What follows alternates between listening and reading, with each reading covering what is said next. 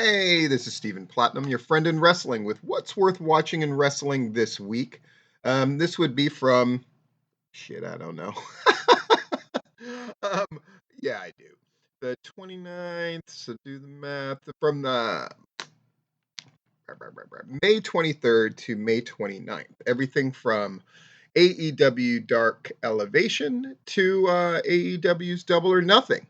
I'm going to tell you what was worth watching, in my opinion. Again, my standards are as follows. Would I tell a friend that they need to see something in particular? That doesn't mean a match is necessarily bad. In fact, there's a lot of great matches that happen this week throughout the shows, and especially on the pay-per-view, but very few things that I would recommend. It has to be noteworthy, something I would recommend to at least one friend to go out of their way to watch for whatever reason. We start with Monday, AEW Dark Elevation. The only thing worth really taking a look at, in my opinion, and again, if you like these promotions and you want to watch every damn thing they put out, of course do that. To me, these are just the sort of noteworthy things for various reasons. Butcher and the Blade against the Varsity Blondes. We are seeing the collapse of the Varsity Blondes. Keep in mind, they were once the number one ranked tag team in AEW, but now with Julia Hart firmly in the House of Black as of the pay-per-view, and them getting basically beaten clean here by Butcher and the Blade, who have been doing jobs all over the place as individual wrestlers.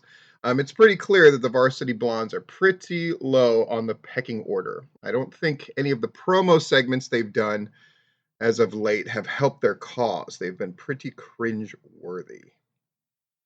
Perhaps if Julia Hart had actually turned on the Varsity Blondes at one point, it would have made them at least a bigger deal and put them into a thing with the House of Black. But now they're losing to Butcher and the Blade. Yikes. On Raw, um, not that everything was bad, but there was really nothing worth looking at. But Becky Lynch's horrible shirt. The WWE has it in their mind that dressing garishly is heel work. And never is that more epitomized than these terrible looks of Becky Lynch's. Yikes. AEW Dark on Tuesday. Um, on the regular version, there was nothing special. On the one that took place the Friday before the pay-per-view, Johnny Elite versus Mark Quinn was quite the good match and really showed that the two of them could go. And they really uncorked Johnny Elite and let him do his thing. And Mark Quinn was certainly a game opponent, so that was worth watching. So the regular AEW Dark, not so much. But I even covered the special one for you. That one, you want to check out Johnny Elite against Mark Quinn. NXT, really a nondescript, nothing happening show for the most part. I'm just being honest here.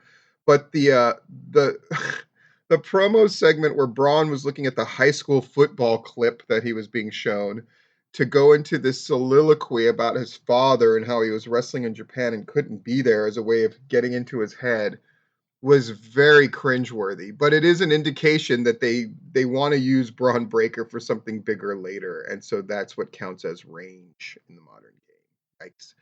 On Dynamite, the Wardlow Shawn Spears cage match with MJF as the referee, again, so perfectly done, and it's such a great setup for the pay-per-view match that happened between Wardlow and MJF. Just brilliant and a really good match to boot. And I thought the Page and CM Punk segment, the talking segment, to set up their match was also pretty great. On Impact, Trey Miguel against Alex Shelley was probably the best individual match of any of the shows themselves. And I thought Masha Slamovich dominating Havoc and destroying her was one of the best pushes for a woman that any woman has gotten on any of the major wrestling shows as of late. So congratulations to Impact for that. New Japan, the matches were fine, but they were just nothing to write home about. Again, I would not recommend them to anybody. SmackDown, same thing. There wasn't a segment on that thing that I thought was incredibly noteworthy. The Bloodline stuff was okay, but not exceptional by any stretch. On Rampage, you want to check out Matt Sydal against Bryan Danielson if you're into the Wrestle match, because that was an incredibly good one. Let's talk about Double or Nothing.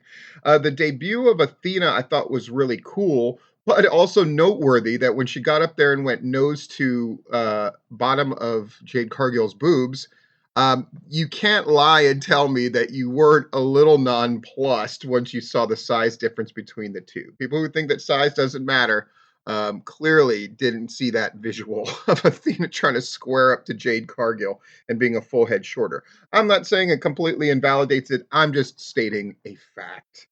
The Jericho Appreciation Society against Eddie Kingston, Santana Ortiz, Moxley, and Danielson is the match to watch. Again, there were a few matches on that thing that I thought were really good, but nothing I would go out of my way to recommend. But that match between the Jericho Appreciation Society, Eddie Kingston, Santana Ortiz, Moxley, and Danielson was something else. The opinions vary. People either love that match or hate it. Put me in the love category. In any case, this has been Stephen Platt. I'm your friend in wrestling with what's worth watching in wrestling this week.